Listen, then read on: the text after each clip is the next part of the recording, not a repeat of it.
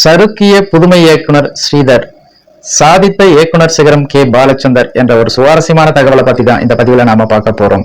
வாங்க பதிவிற்குள் போகலாம். வெற்றி பெறும் என நினைத்து அல்லும் பகலும் உழைத்து அணு அணுவாய் ரசித்து எடுத்த எத்தனையோ திரைப்படங்கள் ரசிகர்களால் நிராகரிக்கப்பட்டு தோல்வி கண்டு பெட்டிக்குள் சுருண்டிருக்கின்றன.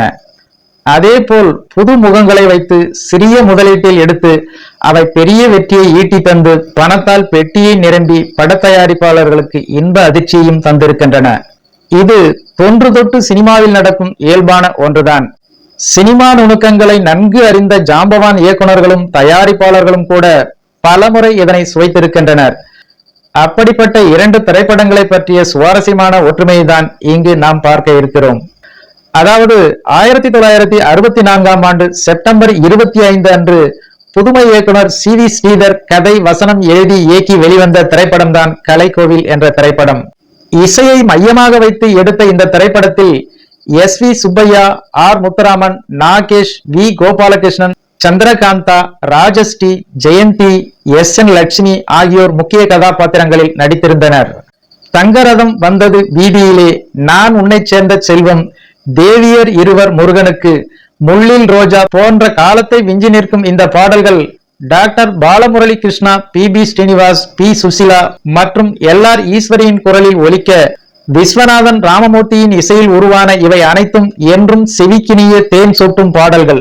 எம் எஸ் விஸ்வநாதனும் கலை இயக்குனர் கங்காவும் இணைந்து தயாரித்திருந்த இந்த திரைப்படத்தில் நாடு போற்றும் வீணை இசைக்கலைஞராக வி எஸ் சுப்பையாவும் அவரது கலை வாரிசாக ஆர் முத்துராமனும் நடித்திருப்பார். தான் என்ற அகங்காரம் தலைக்கேறிய முத்துராமன் மது போதைக்கு அடிமையாகி நாட்டியக்காரியாக வரும் ராஜஸ்ரீயிடம் தஞ்சம் புக, முத்துராமனுக்கும் ராஜஸ்ரீக்கும் உள்ள உறவில் சந்தேகம் கொள்ளும் மனைவி கதாபாத்திரத்தில் நடித்திருப்பார் நடிகை சந்திரகாந்தா. இவை எல்லாவற்றிற்கும் மேலாக வீணை வித்வான் சிட்டி பாபுவின் வீணை இசை துணை நின்றும் படம் மிகப்பெரிய தோல்வியை சந்தித்தது. கலைக்கோவில் என்ற இந்த திரைப்படம் வெளிவந்து ஏறக்குறைய 20 ஆண்டுகள் கழித்து 1985 ஆண்டு இயக்குனர் சிகரம் கே பாலச்சந்தர் தனது கவிதாலயா தயாரிப்பு நிறுவனத்திற்காக தயாரித்து இயக்கிய திரைப்படம் தான் சிந்து பைரவி என்ற திரைப்படம். இசையை மையமாக வைத்து எடுத்திருந்த இந்த திரைப்படத்திலும் கதையின் நாயகன் நடிகர் சிவகுமாரும் நாடு போற்றும் ஒரு கர்நாடக சங்கீத பாடகராக JKP என்ற கதாபாத்திரத்தில் நடித்திருப்பார். தெலுங்கு கீர்த்தனைகளை மட்டுமே சபாக்களில் பாடி வரும் கர்வம் கொண்ட இவரை தமிழ் பாடலும் பாடும்படி நல்ல இசைஞானம் கொண்ட அவரது தீவிர ரசிகை ஒருத்தி தனது விருப்பத்தை தெரிவிக்க, அதிலிருந்து தொடங்கி பின் அதுவே காதலாகி மனைவியின் சந்தேகத்திற்கு உட்பட்டு மதுவிற்கு அடிமையாகும் பாடகர் JKPயை மீண்டும் எப்படி மீட்டெடுக்கின்றார் அவரது காதலியான அந்த ரசிகை என்பதே இந்த படத்தின் கதை.